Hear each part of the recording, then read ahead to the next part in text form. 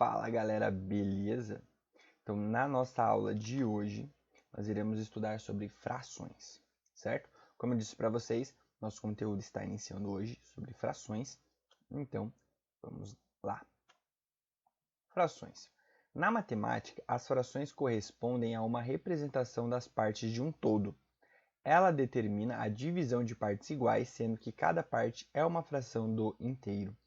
Então, se eu tenho uma parte como um todo e divido este todo em outras partes iguais, eu estou representando este todo em uma fração, certo?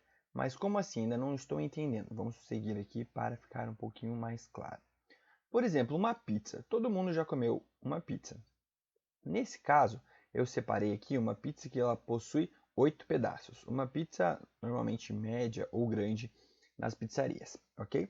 Ela tem 8 fatias. Então, vamos pensar da seguinte forma. Como exemplo, podemos pensar numa pizza dividida em 8 partes iguais, sendo que cada fatia corresponde a 1/8. Já vamos falar sobre isso. 1/8 de seu total. Se eu como 3 fatias, posso dizer que comi 3/8, 3/8 da pizza. Então aqui nós já temos uma noção do que e como funciona a fração. Se eu tenho uma pizza que ela está dividida exatamente em 8 fatias iguais, e se eu comer uma fatia, eu vou estar comendo uma fatia de 8. Se eu comer 2 fatias, eu vou estar comendo 2 fatias de 8. Então eu sempre vou estar analisando ou retirando uma parte do todo. Então, se na pizza eu como 4 fatias, então a minha fração ela vai ser, por exemplo, 4/8 ou 4/8, certo? Então é assim que nós representamos. E aí nós vamos aprender como que eu falo esses diferentes tipos de fração, ok? Continuando. Importante lembrar que nas frações o termo superior é chamado de numerador, enquanto o termo inferior é chamado de denominador. Eu acredito que vocês já devam ter visto ou ouvido falar sobre isso, mas é importante nós lembrarmos que o número que está acima é o numerador e o número que está embaixo na minha fração é o denominador, certo? Mas o que é o numerador e o que é o denominador? O numerador ele é aquele número que representa a parte de cima, ou seja, a parte que você retirou do todo, certo? Lembrando na nossa pizza, é a parte que você está analisando do todo. Por exemplo, se eu comer 4 pedaços, se eu comer 4 fatias da pizza que tinha 8, então o numerador ele é esta parte que eu comi, a parte que eu peguei do todo, a parte que eu retirei, certo? E a parte, o número que está embaixo é o denominador, que sempre vai significar o todo. Então, se minha pizza tem 8 fatias, o meu denominador vai ser 8. Agora, se eu peguei uma barra de chocolate que possui 12 quadradinhos, o meu denominador vai ser 12, independente de quantas barrinhas de chocolate eu comi, de quantas pizzas eu peguei. Então, a parte de cima é sempre referente àquilo que eu estou analisando, aquilo que eu peguei para mim, aquilo que eu comi da pizza, a parte que eu peguei do chocolate, ou a quantidade de lápis que eu peguei do meu estojo. E no denominador sempre vai ser o total. Vai ser o total de fatias da pizza, o total de bloquinhos de chocolate, o total de lápis que tem dentro do meu penal, e assim por diante. Então, o numerador sempre é aquilo que eu estou analisando, e o denominador sempre é o todo, ok? Agora, tem formas de ler a fração.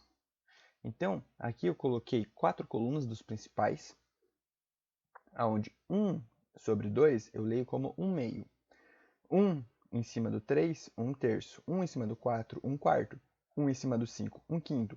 1 em cima do 6, 1/6. 1 sobre o 7, 1/7. 1 sobre o 8, 1/8. 1 sobre o 9, 1/9. Agora tem outras formas, quando a parte de baixo e a parte de cima são diferentes.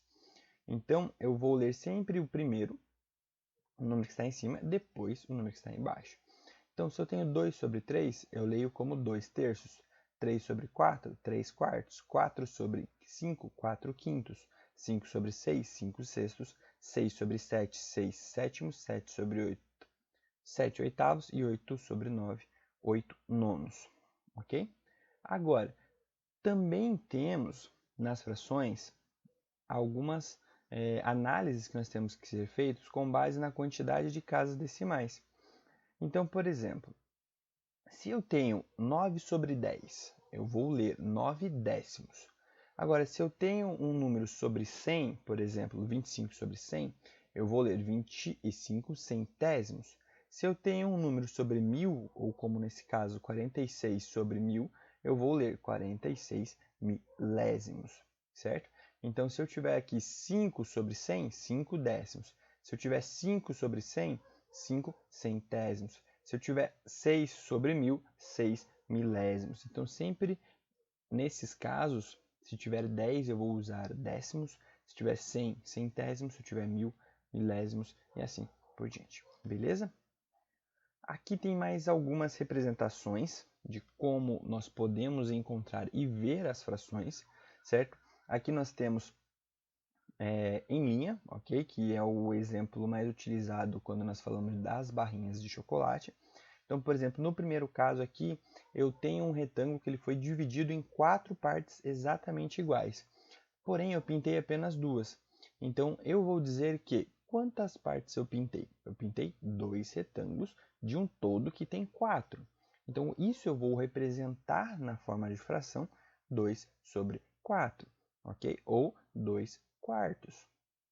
Na segunda linha, eu tenho aqui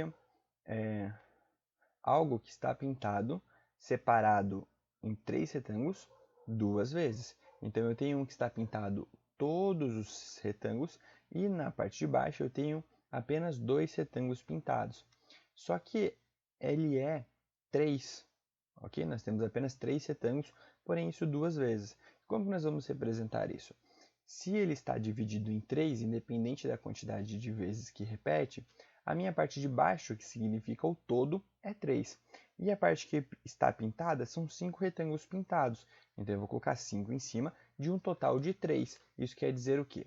Que está repetindo o meu total, ou seja, estou pegando 2 barras de chocolate, estou pegando 2 pizzas, estou pegando 2 penais para entender quantos lápis tem ali dentro, e assim por diante.